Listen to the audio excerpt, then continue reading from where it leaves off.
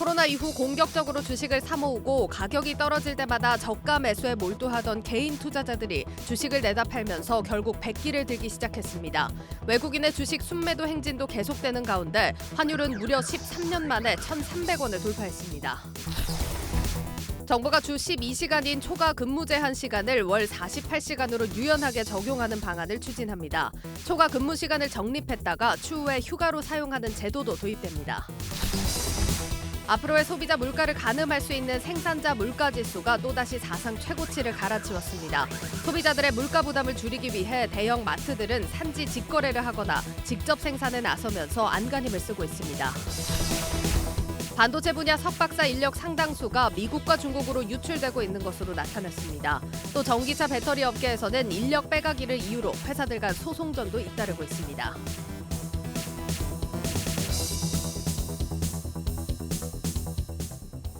코스피 2,300선도 내줄 판입니다. 길어지는 약세장 증시 프리즘에서 분석합니다. 박혜린 기자 나와 있습니다. 박 기자, 연저점 정말 하루가 멀다 하고 갈아치웁니다.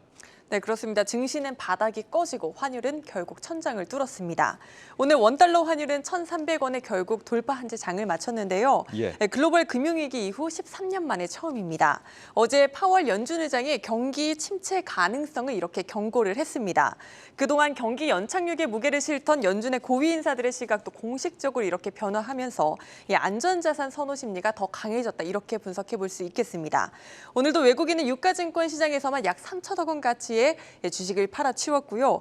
벌써 이달에만 5조 2천억 원 정도를 순매도했습니다.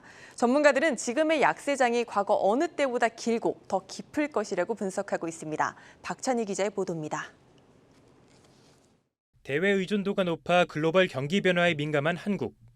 코로나19 팬데믹 기간 한국 증시는 아시아 주요국을 압도하는 상승률을 보였습니다. 그러나 엔데믹이 본격화되고 긴축이 시작되자 낙폭 역시 가장 두드러졌습니다. 물론 코스피의 과도한 조정은 이번이 처음이 아닙니다. 코스피는 1985년 이후 7번의 약세장이 있었는데 첫 번째 위기는 저유가, 저금리, 저환율을 뜻하는 3저 호황이 끝난 뒤였습니다. 당시 약 2년 5개월에 걸쳐 코스피 지수가 절반 이상 하락했고 이후 2년간 다시 2배 이상 올랐습니다. 이후 IMF 외환위기 당시 우리 증시는 4년에 걸쳐 75%나 폭락했습니다. 하지만 이후 1년 6개월 만에 3배나 오르는 기염을 토했습니다. 이후 닷컴 버블과 미국발 글로벌 금융위기 때도 지수가 각각 절반 이상 내렸지만 7개월, 30개월 만에 손실을 다 만회하고 2배 넘게 반등했습니다. 현재 전례 없는 유동성 장세가 끝나고 7차 약세장이 찾아왔는데 전문가들은 등락률을 봤을 때 이번 약세장이 IMF 외환위기 때와 유사하다고 말합니다. 두 기간 모두 전 세계적으로 긴축 정책이 시행되면서 경기 침체 우려가 커졌고 이에 외국인 자금이 이탈하며 환율이 급등했습니다. 외환위기 당시 연준은 기준금리를 3%에서 6%로 인상했고 원달러 환율은 2,000원까지 치솟았습니다. 문제는 당시 외환위기가 신흥국에 국한된 일시적 위기였던 것과 달리 지금은 전 세계적인 위기라는 점입니다. 이런 외환위기 때는 동아시아 쪽의 문제였습니다. 그렇기 때문에 1998년에 원달러이 올라가면서 미국과 유럽의 수출이 급격하게 늘어나면서 한국의 무역 수지 흑자가 굉장히 크게 늘어났습니다. 근데 현재 위기에서는 전 세계적으로 스태그플레이션의 기미를 보이면서 환율의 상승이 우리나라 무역 수지 흑자에 그다지 큰 도움이 되지 않을 가능성이 있습니다. 여기에 외환위기 당시에는 없었던 미국과 중국의 패권 전쟁, 러시아와 우크라이나의 전쟁 같은 지정학적 위기가 더해졌고 초저금리로 빚을 내 주식을 샀던 투자자들이 반대 매매를 더 이상 버티지 못하고 손절의 악순환에 빠진 점도 차이점이라고 할 수 있습니다.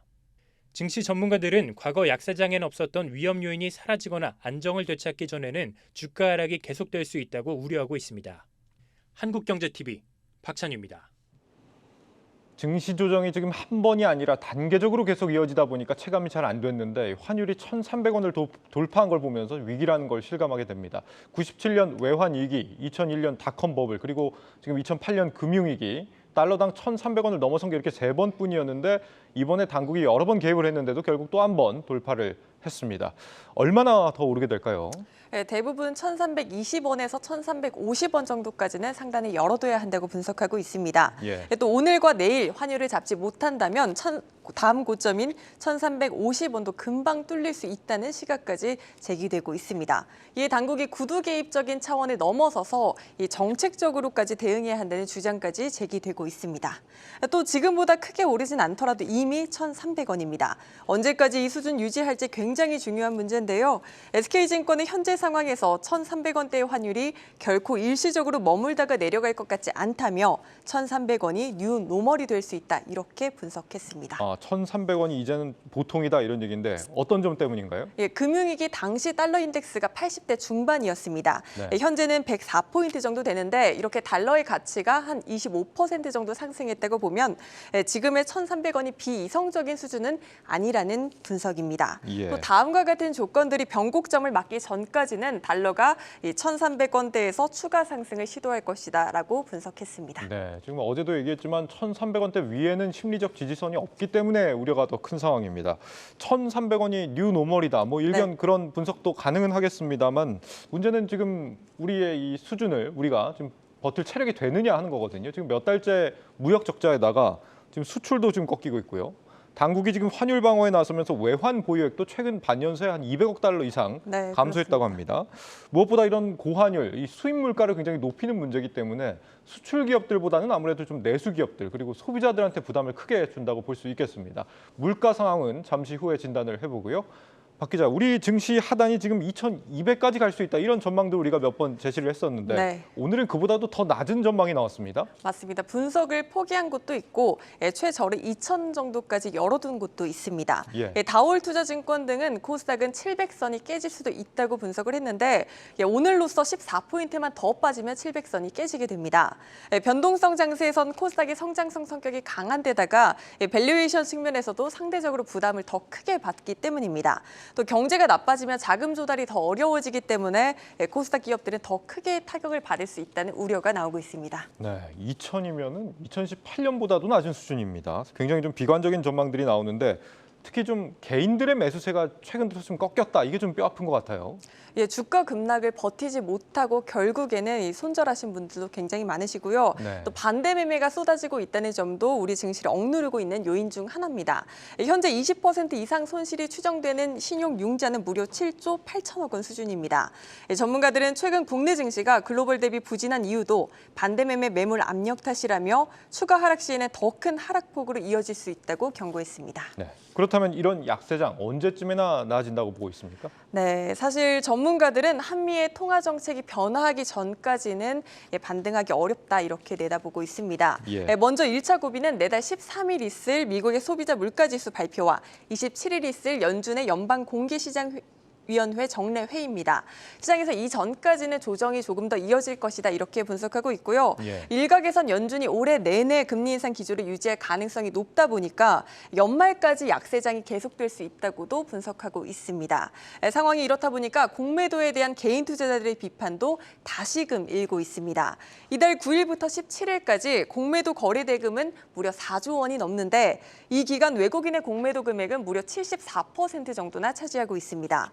이에 개인 투자자들은 현재 105%인 외국인의 공매도 담보 비율을 개인과 동일하게 140%까지는 올려야 한다. 이렇게 목소리를 높이고 있습니다. 예. 또 일각에선 코로나19 충격으로 증시가 급락했던 당시 공매도 금지 법안이 시행되자 지수가 반등에 성공했다며 정부의 적극적인 정책 여부가 지수의 바닥을 잡을 수 있다는 시각까지 제기되고 있습니다. 예전처럼 공매도 한시 중단 같은 걸 좀 기대하는 모양인데 아직까지 그런 움직임은 없는 상황이죠? 네, 아직까지 당국의 변화는 없습니다. 네, 알겠습니다.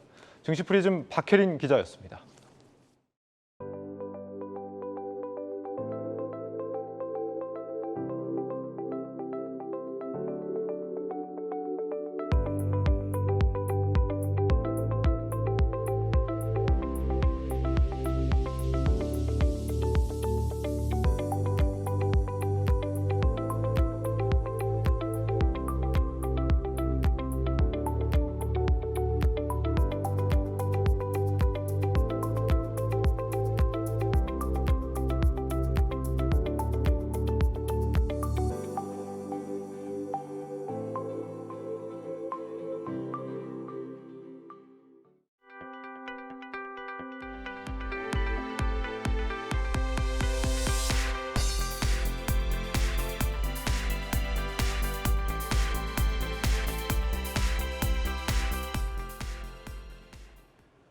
물가와 실업률을 더해 계산하는 이 경제 고통 지수가 21년 만에 최고 수준입니다. 갈수록 심각해져가는 물가 상황 신선미 기자와 함께 분석해 보도록 하겠습니다.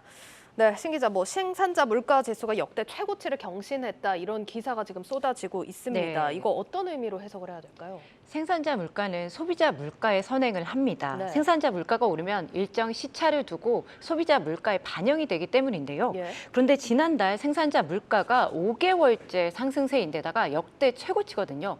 이 말은 소비자 물가도 곧 오를 거다 이렇게 예상해 볼 수 있다는 거죠. 예. 현재 6월 소비자 물가가 6%마저 돌파할 것이다 이런 관측이 나오는 이유기도 합니다. 이 같은 흐름에 한국은행도 올해 연간 물가 전망치를 한 달도 안 돼서 수정을 했거든요. 종전 3.1%에서 4.5%로 대폭 올린 데 이어서 2008년에 4.7%를 넘어설 가능성도 배제할 수 없다 이렇게 밝혔습니다. 물가 상황이 글로벌 금융위기 때보다 심각해질 수 있다고 본 건데요.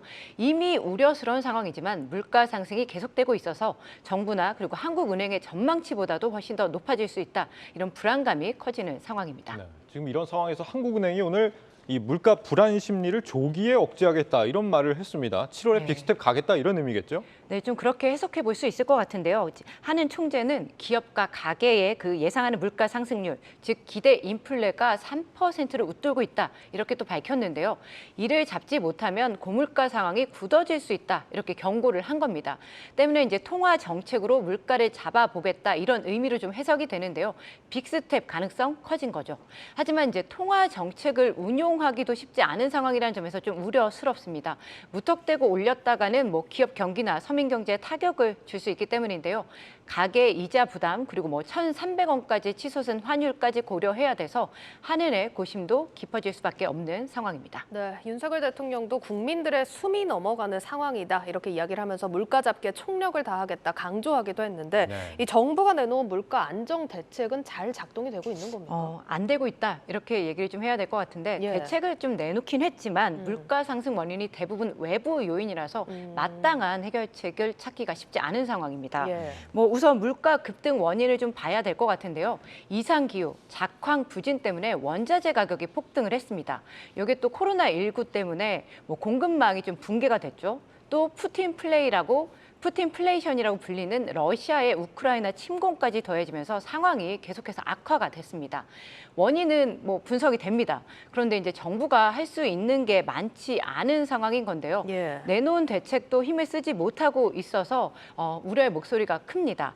물가 상승 요인이 큰 수입 품목에 제로 관세를 적용을 했는데 돼지고기는 이미 자유무역 협정으로 관세율이 0%입니다. 또 밀과 밀가루도 관세율이 각각 1.8%, 3% 수준이라서 체감 효과가 크지 않다는 지적이 나오는 거죠. 또 유류세 인하 카드도 내놨는데요. 유가 상승 속도가 지나치게 가파르다 보니까 전혀 유류세 인하가 된 건가 체감할 수 없는 상황이죠. 또 1인당 10,000원 한도의 농축수산물 할인 쿠폰 사업도 치솟는 물가 부담을 낮추기에는 역부족이다 이런 의견들이 나오고 있습니다. 네, 지금 이런 사이에 실제 장바구니 물가가 얼마나 부담스러운 수준이 됐는지 궁금한데 네. 이 장보기를 포기한 사람들이라고 해서 장포족이라는 말까지 등장을 할 정도라고요? 네, 최근에 수박 혹시 드셔보셨나요? 아니요. 수박 사기가 어렵다고 합니다. 네. 가격이 이미 2만 원이나 웃도는 상황이어서 이게 지난해랑 비교하면 20%가량 뛰어넘은 수준인데요. 예. 이제 수박이 아니라 금박이다. 라고 부를 그러네요. 정도라고 합니다. 지금 물만 먹고 살고 있습니다. 예. 수박은 너무 비싸서. 그렇죠. 네. 지금 이렇게 제철 과일마저 가격이 너무 오르다 보니까 당연히 장 보는 게 겁난다 이런 말이 나오는 게 엄살이 아닐 정도인 건데요. 네. 실제로 이제 지난달 장바구니 물가를 보면요. 조사 품목 가운데 80% 이상이 상승한 것으로 나타났습니다. 144개 품목 중에서 119개가 올랐으니 거의 다 올랐다 이렇게 볼 수 있는 건데요. 지금 표에 나타나는 그 품목은 두 자릿수 이상 상승한 품목입니다. 생활 물가 지수도 2008년 7월 금융위기 이후 가장 큰 오름세고 하나를 쉽게 장바구니에 못 담고 망설이게 되는 상황입니다. 그래서 이제 또 현장에서 느끼는 체감 물가 어떤지 직접 들어봤는데요. 영상 보시죠. 장보기가 무서워요. 너무 값이 올라서 잡았다가 다시 넣고 그래요. 주부들이 생활비 줄이는 건 식비를 많이 줄이는 것 같아요. 좀 덜 먹어야죠. 과일값도 너무 비싸고 맞아요. 고기 많이 비싸고 정말 한우는 진짜 사 먹기 힘들고요. 저희 버는 거에 비해서 너무 이렇게 이렇게 돈이 많이 나가니까 진짜 힘들죠. 네, 소비자들의 목소리를 직접 들어봤는데 실제 체감하시기에도 상당히 좀 심각한 수준인 것 같습니다. 뭐 과일도 비싸고 고기도 비싸면 진짜 먹을 수 있는 게 거의 없는 거 아닌가요? 그러니까요. 근데 이제 더 오른다는 게 더 큰 문제인 것 같은데 정부에서도 뭐 뾰족한 수를 못 내놓다 보니까 유통업계에서 자체적으로 물가 잡기에 나섰다면서요? 네, 지금 엔데믹에 맞춰서 사실 실적 반등을 노렸거든요. 대형마트 네. 3사가. 그런데 지금 현재 물가가 발목을 잡다 보니까 그럼 우리라도 나서야겠다라고 지금 좀 하고 있는 상황인데요. 한 푼이라도 좀 저렴한 상품을 찾는 소비자들의 발길을 잡기 위해서 물가 잡기에 사활을 걸고 있는 겁니다. 뭐 스마트팜에서 채소를 직접 길러서 농산물 가격 급등락에 대응하는 한편 수입처 다변화와 유통 단계 줄이기를 통해서 가격 상승분을 최대한 억누르고 있는데요. 가격과의 전쟁에 나선 대형마트를 김예원 기자가 취재했습니다. 성주의 한 참외 농장에서 기른 참외는 수확 즉시 대형마트로 향합니다.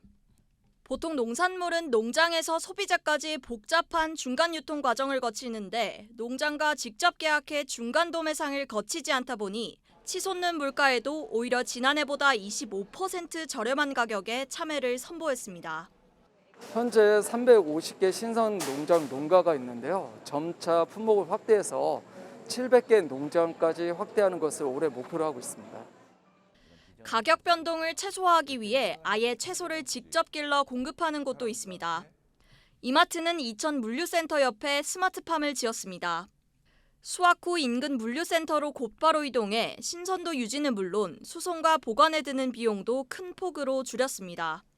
스마트팜을 하게 되면은 저희가 물량 수급 부분에서는 어느 정도 긍정적으로 끌고 갈 수 있는 부분이 있기 때문에 올라가는 가격을 갖다가 어느 정도는 방어할 수 있을 것 같습니다. 상대적으로 가격 변동폭이 적은 품목으로 탄력적으로 대응하는 것도 한 방법입니다. 롯데마트는 국민 횟감인 광어나 연어 가격이 출렁이자 상대적으로 가격이 안정적인 참치를 대량 구입한 뒤 시세의 절반 가격으로 선보였습니다. 현재 업체들과 많은 컨택을 진행을 하였고 사전 계약을 30분 이상 진행을 하여서 이번에 물가 안정 참치회를 기획할 수 있었습니다.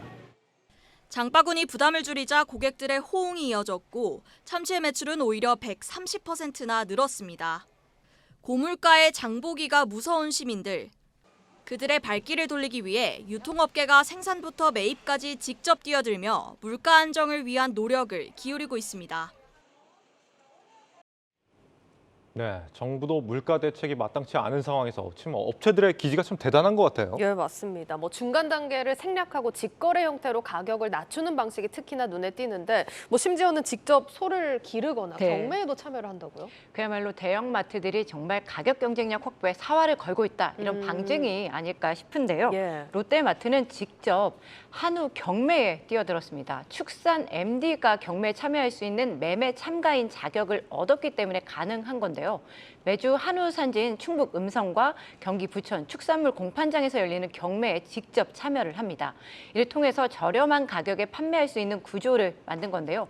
기존 8단계의 유통 단계를 4단계로 축소시키면서 부위에 따라서 가격을 최대 30%까지 낮출 수 있었다고 합니다. 지금 표 보시면 이 파란색 그리고 빨간색이 섞여 있는데요. 8단계에서 이 빨간색 4단계만 적용이 되기 때문에 가격을 30%가량 낮춘 겁니다. 네. 그러면 직접 소를 기른다는 건 무슨 얘기입니까? 네, 이게 좀 가능한가라는 생각이 들 정도인데 네. 킴스클럽은 직거래를 넘어서 송아지를 직접 키워서 판매를 하는 그런 유통 실험에 나섰습니다. 네. 지난 3월 송아지 110마리를 매입을 했는데요. 올해 1000마리의 한우를 사육을 한다는 계획입니다. 이를 통해서 이제 한우 가격을 기존 대형마트 대비 20%가량 낮출 수 있을 것으로 기대를 하고 있는데요. 2년 안에는 킴스클럽이 판매를 하는 그 연간 한우 판매분의 절반을 직접 키워서 공급을 하겠다는 목표입니다. 가격도 확 낮추겠다고 밝혔는데요. 지금 1등급 한우 등심 100g을 커피 한 잔 가격에 선보이겠다는 겁니다. 뭐 100g에 5,000원에 살 수 있겠다. 뭐 이렇게 좀 생각을 해볼 수 있을 것 같습니다. 네. 알겠습니다. 뭐 이렇게 유통업계 대응까지 살펴봤는데 최근 이 물가 급등세가 거시적인 경제 상황이랑 맞물려 있는 만큼 해결책 찾기가 정말 쉽지 않아 보입니다. 뭐 전문가들이 정부 대책이 당분간은 이 피해가 가장 클 저소득층에 대한 지원 관점에서 접근하는 게 가장 현실적이다. 이렇게 조언한다는 점까지 전해드리도록 하겠습니다. 자, 신 기자, 오늘 내용 제목과 해시태그 어떻게 정리를 할까요? 뭐 이러다 다 죽어. 마트도 가격과의 전쟁. 그리고 해시태그는요. 경제고통 21년만 최고, 속까지 키우는 대형마트 이렇게 뽑아봤습니다. 네, 잘 들었습니다. 유통산업부 신선미 기자였습니다.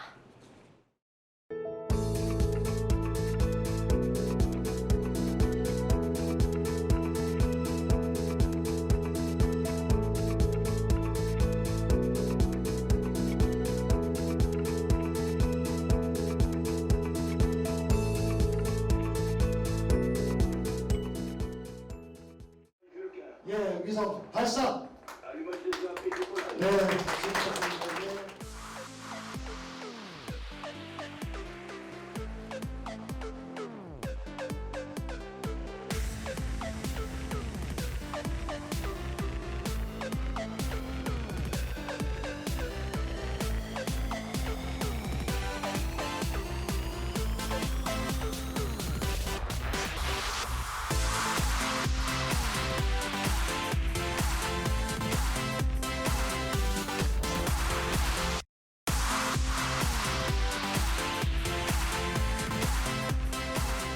드론, 도심항공, 자율주행차 등 모빌리티 산업과 내비게이션 등 다양한 미래 산업의 수준을 한 단계 높일 것으로 기대됩니다.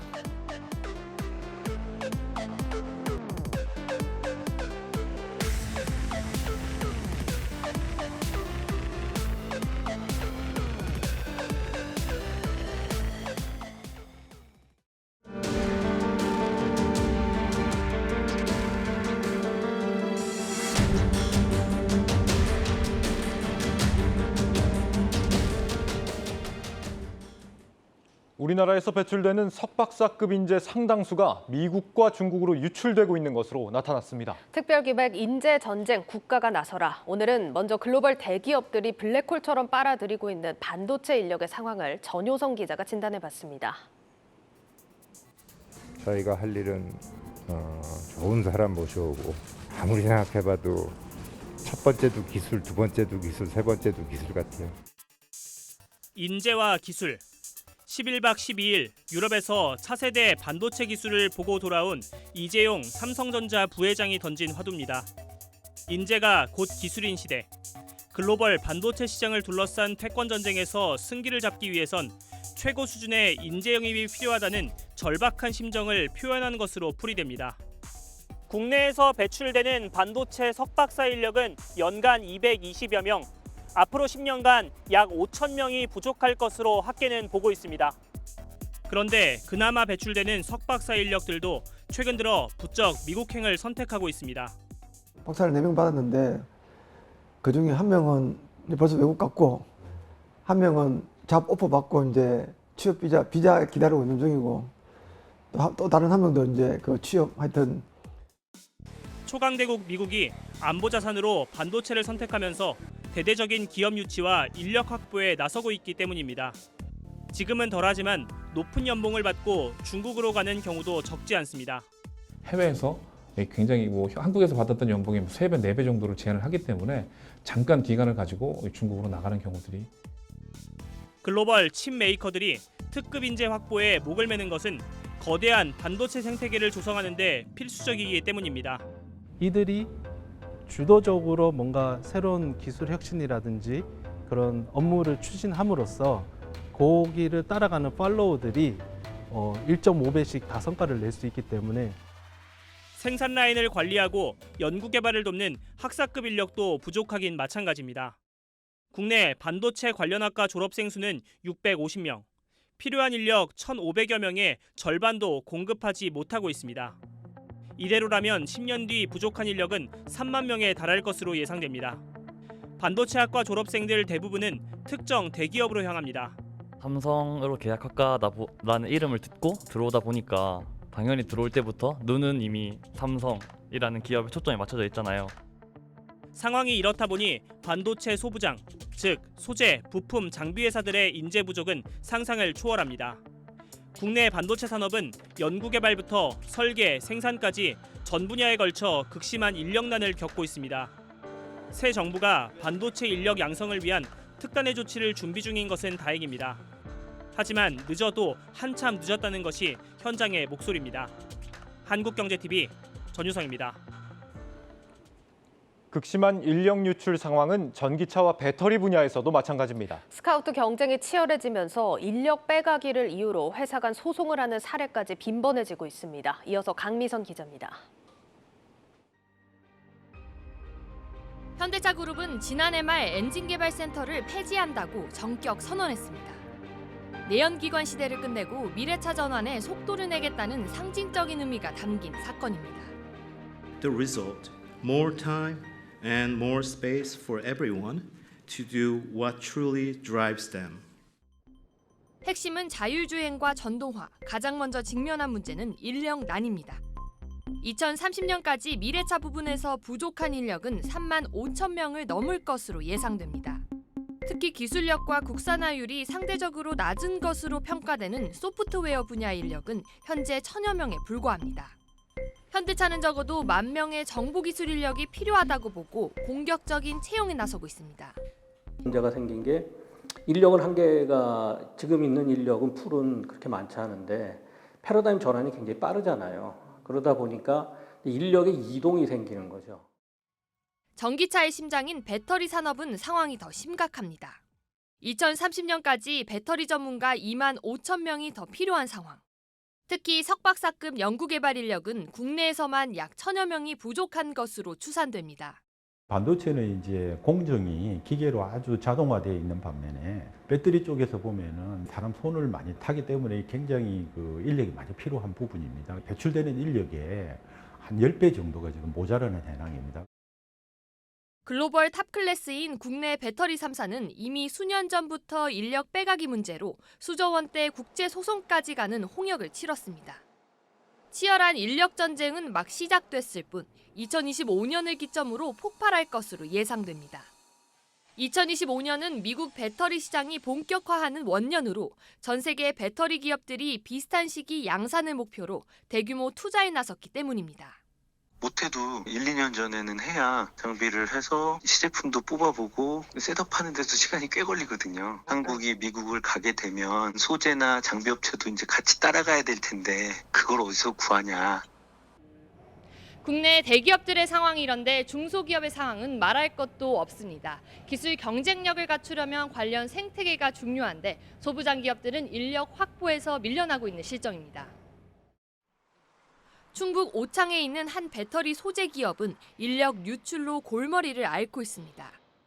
경력직 채용의 경우 이전 회사에서 소송을 하는 경우가 많아 사람을 뽑아놓고 아예 1년간 쉬게 하는 실정입니다.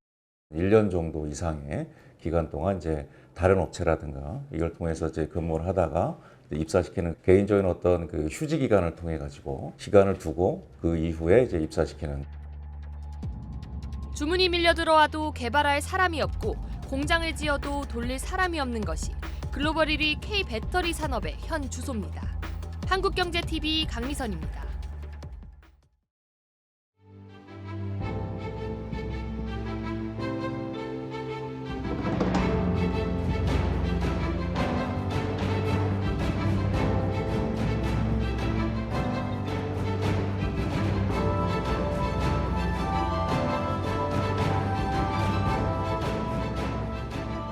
원재료 전반의 공급 부족에다가 수요 급증이 가중되고 정보통신, 교통의 발달로 전 세계 가치 사슬이 상하류에서 서로 복잡하게 얽혀 있어 위기가 빠르게 전파될 수 있다는 점 등을 고려하면 훨씬 큰 위험이 닥쳐올 수 있습니다. 그야말로 미증후의 퍼펙트 스톰이 밀려올 수 있는 것입니다.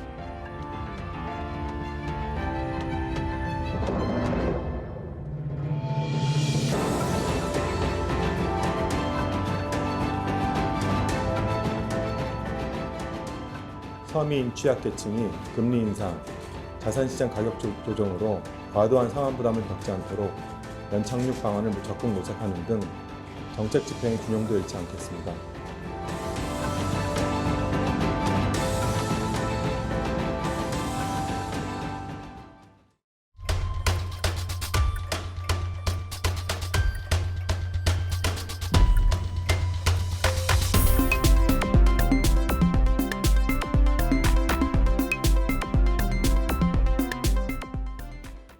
네, IPO 프리보드 시간입니다. 오늘 이 시간에는 코스닥 시장의 새로 상장을 추진하는 이 반도체와 2차 전지 관련 소재, 장비, 부품 기업들의 이야기 살펴보도록 하겠습니다. 양재준 선임 기자 나와 있습니다.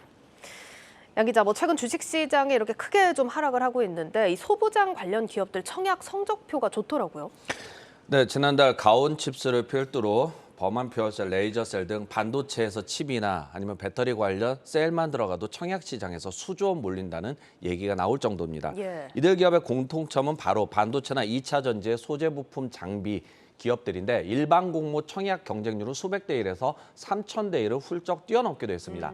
특히 앞서 언급한 기업들의 공모 청약 결과조차 관련 기업들의 본격적인 코스닥 시장 상장을 준비하는 것들도 눈에 많이 띄고 있습니다.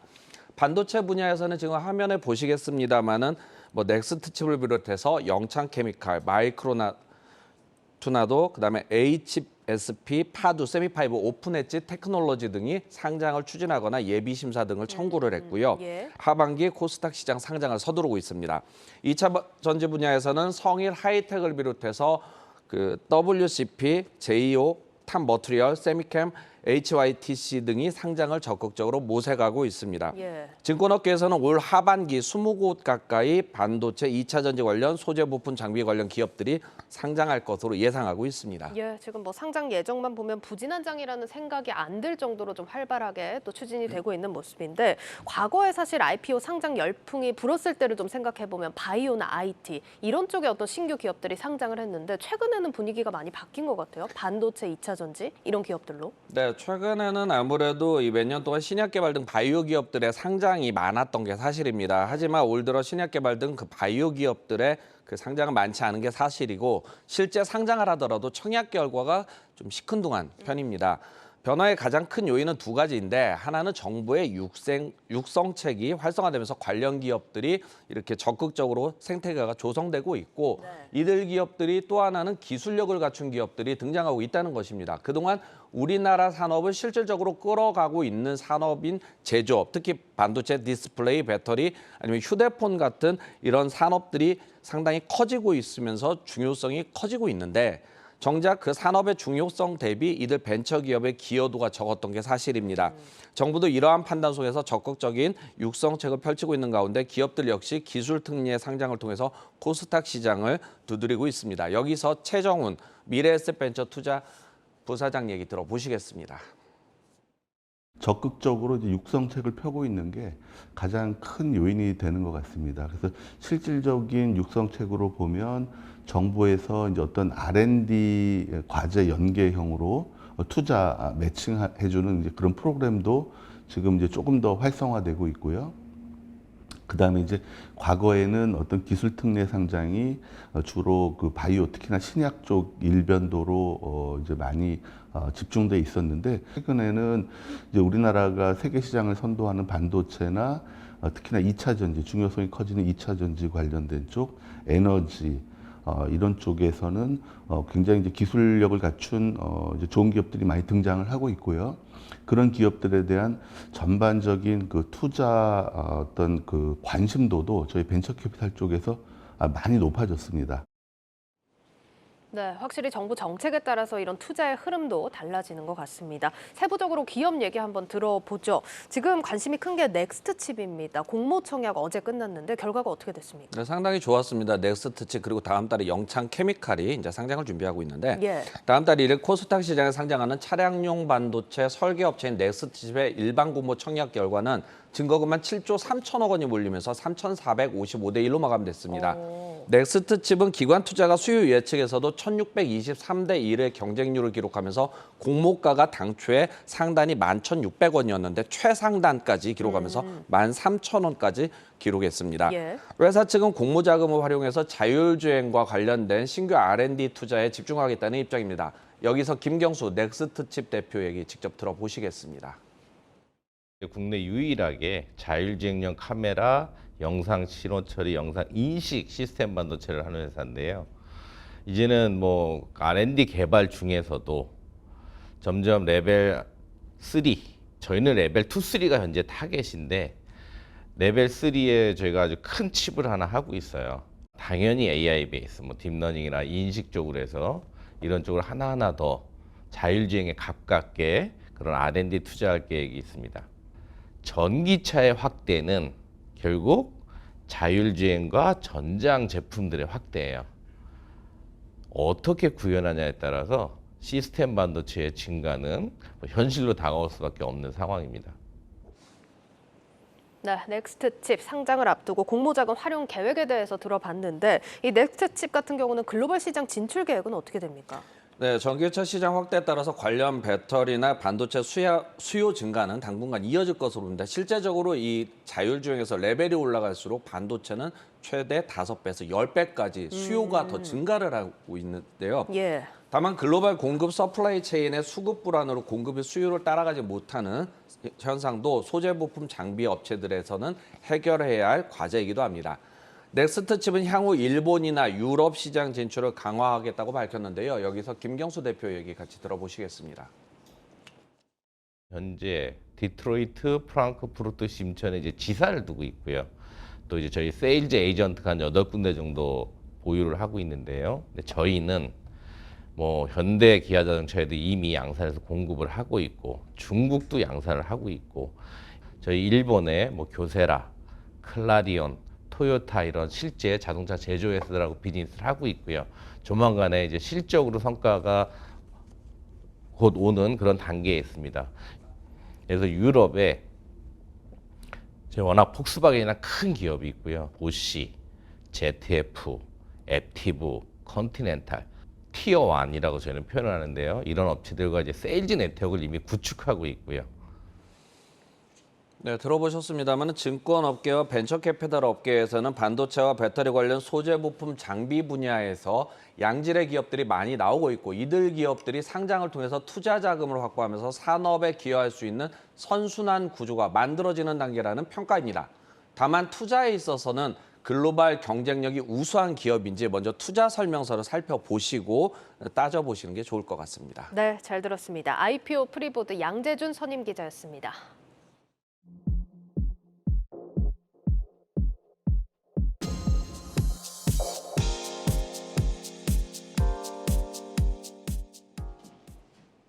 한 주에 12시간까지로 제한됐던 직장인들의 초과 근무 시간. 앞으로 이 시간을 초과해도 한 달에 48시간만 넘지 않으면 되는 것으로 바뀝니다. 달라지는 주 52시간 근로제를 정의영 기자가 알아봤습니다. 정부가 노동시장 개편의 첫 단추로 주 52시간제도 유연화를 추진합니다. 주 최대 근로시간을 68시간에서 52시간으로 급격하게 줄이면서도 기본적인 제도의 방식은 그대로 유지함에 따라 현장의 다양한 수요에 대응하지 못하고 있습니다. 주 최대 52시간제 기본틀 속에서 운영 방법과 이행 수단을 현실에 맞게 개편하겠습니다. 우선 현재 주 단위로 관리하고 있는 연장 근로시간을 노사 간 합의 시 월 단위로 관리할 수 있도록 합리적인 총량 관리 단위 방안을 도입할 방침입니다. 현행대로라면 일주일에 12시간 이상의 초과 근무가 불가능하지만 가령 1개월로 관리 기간이 확대된다면 한 달 동안 총 48시간을 사용할 수 있게 돼 일시적으로 업무량이 몰릴 때 유연하게 대응할 수 있게 됩니다.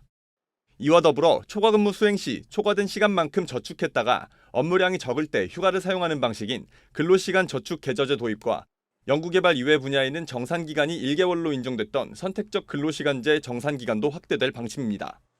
지난해 4월 유연근로제가 보완된 이후에도 절차와 요건이 까다로웠던 탓에 실제 활용률은 10%에도 미치지 못했던 만큼 이번 52시간제 개편을 통해 제도의 실효성을 제고해 나가겠다는 보관입니다. 아울러 경직된 52시간 제도의 유연화를 통해 실근로시간 역시 단축시키겠다는 설명입니다. 현재 한국의 연간 근로시간은 최근 수년간 1900시간대를 벗어나지 못하며 OECD 평균인 1500시간대 대비 압도적으로 높은 실정입니다. 연장 야간 휴일 근로를 저축했다가 나중에 휴가 등으로 활용할 수 있기 때문에 실근로시간 단축으로 이어질 수 있습니다.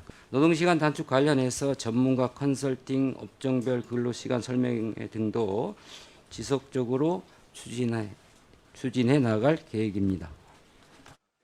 이 같은 정부의 주 52시간 제도 유연화를 두고 노동계와 사용자 측은 엇갈린 평가를 내놓고 있습니다. 기존의 근로시간 제도는 이러한 변화하는 흐름에 맞춰가기보다는 획일적인 규제 중심으로 되어 있어서 새로운 산업의 육성이나 산업 변화에 기업들이 대응하기 어려운 측면이 컸습니다. 기업 환경에 맞춰서 근로시간을 다양하게 운영할 수 있을 것이고 이런 것들이 결국은 고용 창출에도 도움이 될 것으로 보고 있습니다. 노동계는 52시간 제도의 유연화가 무제한 노동을 허용하는 것이라며 즉각 반발에 나선 상황입니다. 이에 정부는 합리적이고 균형 있는 정책 추진을 위해 전문가들로 구성된 협의체를 오는 7월부터 4개월간 운영해 구체적인 입법, 정책 과제를 마련해 나갈 방침입니다. 한국경제TV 정희영입니다. 국내 주식과 해외 주식, 연금에 각각 다른 앱을 구축해왔던 미래에셋이 이달 말 통합 앱을 선보입니다. 활성 이용자 기준 업계 4위 수준인 지금의 앱을 몸집에 걸맞게 1위로 끌어올리겠다는 전략입니다. 지수희 기자입니다. 지난해 2년 연속 영업이익 1조 원을 돌파하는 등 국내 증권사 1위 타이틀을 갖고 있는 미래에셋증권. 하지만 앱 활성 이용자는 약 199만 명 수준으로 키움과 KB, 삼성에 이어 4위를 차지해 체면을 구기고 있습니다.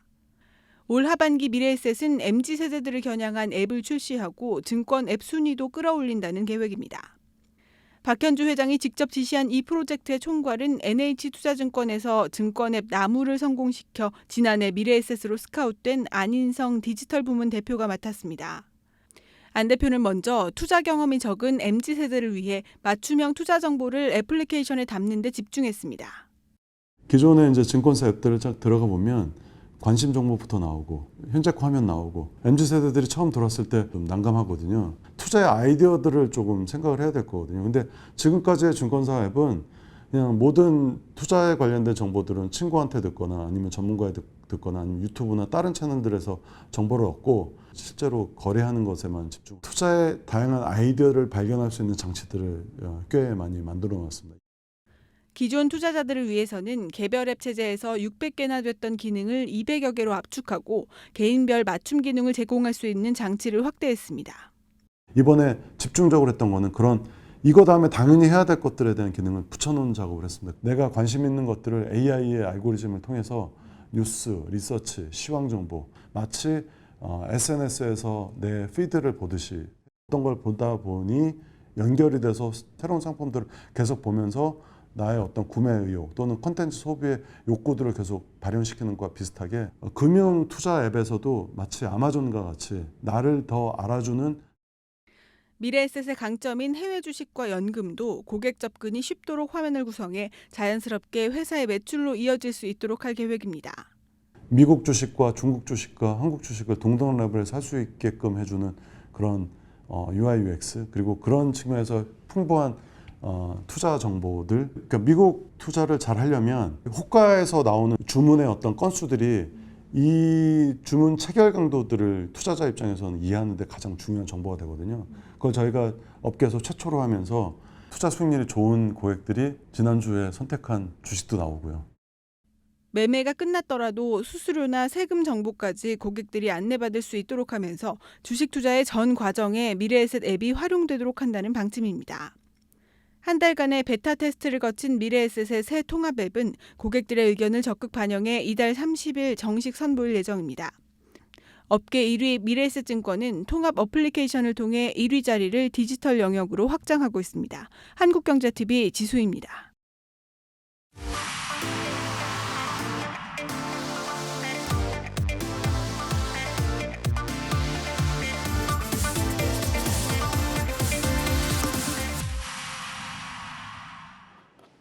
네, 고 웨스트 시간입니다. 글로벌 콘텐츠부 이지우 기자 나와 있습니다.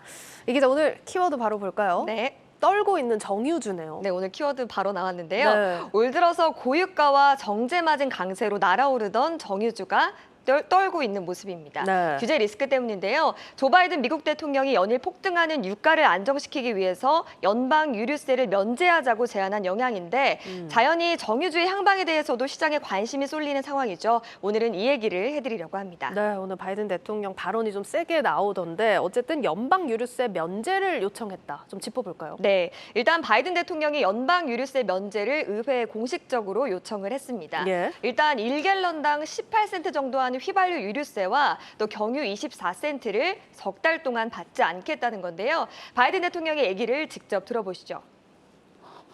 We can bring down the price of gas and give families just a little bit of relief. I call on the companies to pass this along every penny of this 18-cent reduction to the consumers.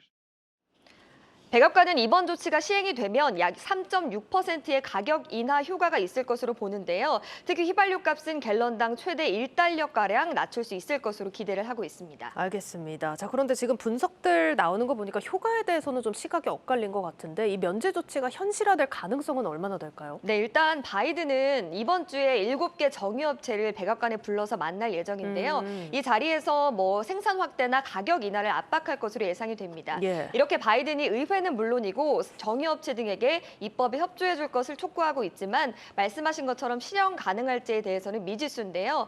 야당인 공화당은 물론이고 여당인 민주당 일각에서도 유류세 면제의 효과에 대해서 의구심을 품고 있기 때문입니다. 석유업체 협조도 필요하고 정치권 합의도 필요한 부분이다 보니까 쉽지는 않을 것 같습니다. 전문가들 의견은 어떤가요? 전문가들 역시도 안타깝게도 좀 회의적인 시각을 갖고 있는 게 사실입니다. 네.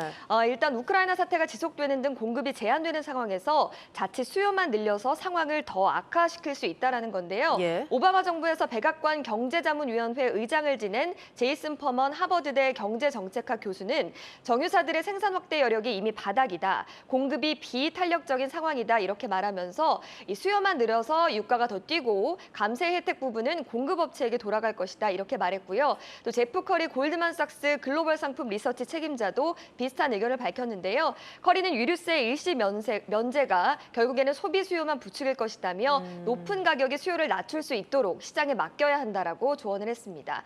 어쨌든 종합해 보자면 이번 조치가 수급 불균형이라는 펀더멘털을 손보는 것은 아니기 때문에 시장의 왜곡만 초래할 것이다 이런 뜻이라고 볼 수가 있겠습니다. 예, 바이든 대통령이 석유 업체들한테도 좀 강하게 압박을 가하는 모습이 나왔었는데 이번 주에 또 석유 업계와 회동을 한다니까 좀 지켜보도록 하겠습니다. 어쨌든 이런 논의가 나온 탓인지 국제 유가는 하락을 했더라고요. 네, 맞습니다. 미국산 원유의 기준이죠. WTI가 배럴당 100달러에 좀 근접하는 모습을 보였습니다. 네. 국제유가가 이렇게 하락하는 모습을 보인 것은 앞서 말씀드린 대로 유류세 인하에 대한 요인도 영향을 미쳤지만 경기 침체로 인해서 원유 수요가 줄면 유가는 하락 압력을 받을 수밖에 없다라는 우려도 있었는데요. 간밤에 제롬 파월 연준 의장이 사실상 처음으로 경기 침체 가능성에 대해서 공개적으로 거론한 상황인데 발언을 직접 들어보시겠습니다. Certainly a possibility. It's not our intended outcome at all, but it's certainly a possibility. And frankly, the events of the last few months around the world have made it more difficult for us to.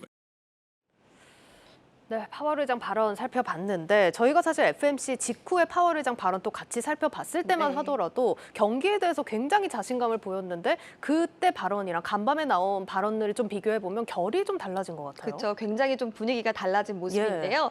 실제로 월가에서도 경기 침체에 대한 전망이 지속적으로 힘을 얻고 있기 때문입니다. 시티그룹은 소비자들이 소비를 줄이기 시작했다는 데이터를 들면서 글로벌 경기 침체 가능성을 50%로 높여 잡았고요. 골드만삭스도 리스크가 더 높고 또 전방위적이라면서 미국의 경기 침체 가능성이 점점 높아지고 있다라고 진단을 했고요. 또 UBS는 2022년이나 2023년에 미국이나 글로벌 전체에서 경기 침체가 예상되지는 않지만 견착륙 위험이 높아지고 있는 것은 분명하다 이렇게 내다봤습니다. 네, 파월 의장까지 이런 분석에 말을 보탰다면 경기 침체가 원유 수요를 줄일 수 있다 이런 전망에도 힘이 실립니다.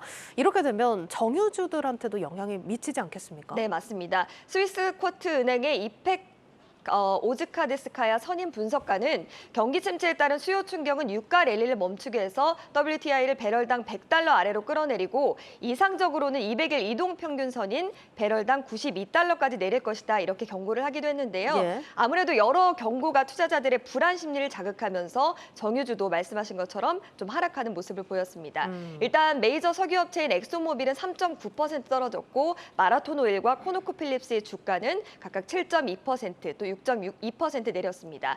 또 옥시덴탈과 대본에너지도 각각 비슷한 모습을 보였죠. 그래서 떨고 있는 정유주 이런 키워드를 가져오신 것 같은데 일단 원유 시장 전망이 가장 중요할 것 같아요. 어떤 분석 나옵니까? 일단 전문가들은 앞으로 당분간 좀 원유 시장이 흔들릴 수 있을 것이다 이렇게 보고 있습니다. 네. 공격적인 금리 인상과 경기 침체에 대한 우려로 수요가 감소할 것이라는 전망이 있지만 여전히 원유 공급 차질에 대한 문제가 크다는 지적이 나오고 있는 상황이기 때문인데요. 리터부시 앤 어소시에이트는 시장이 전 세계의 석유 소비를 어느 정도 줄일 수 있는 경기 침체 가능성에 온통 집중해 있다면서도 원유 수급 균형이 빠듯하기 때문에 다시 유가에 상당한 영향을 미칠 여지가 남아있다 이렇게 얘기를 했고요. 네. 골드만삭스도 9월까지는 지금과 같은 상황에 변화가 없다면 브렌트유 가격이 배럴당 140달러까지 갈 수밖에 없다라고 말했는데요. 그러면서 원유 수요가 줄어들려면 유가가 배럴당 160달러를 넘어서야 할 것으로 내다봤습니다. 종합해 보자면 지금의 유가 약세는 일시적인 요인일 수 있고 이게 계속해서 떨어질 것이다 이렇게 보지는 않는다는 건데요. 하지만 명심해야 하셔야 될 것이 어디까지나 우크라이나 전쟁 등의 외부 변수에서 비롯된 것인 만큼 상황이 언제 바뀔지 예측하기 어렵다는 점. 그렇기 때문에 투자에 참고하셔야겠다는 점도 기억하셔야 될 것 같습니다. 네, 잘 들었습니다. 오늘 고웨스트 이지우 기자와 함께했습니다.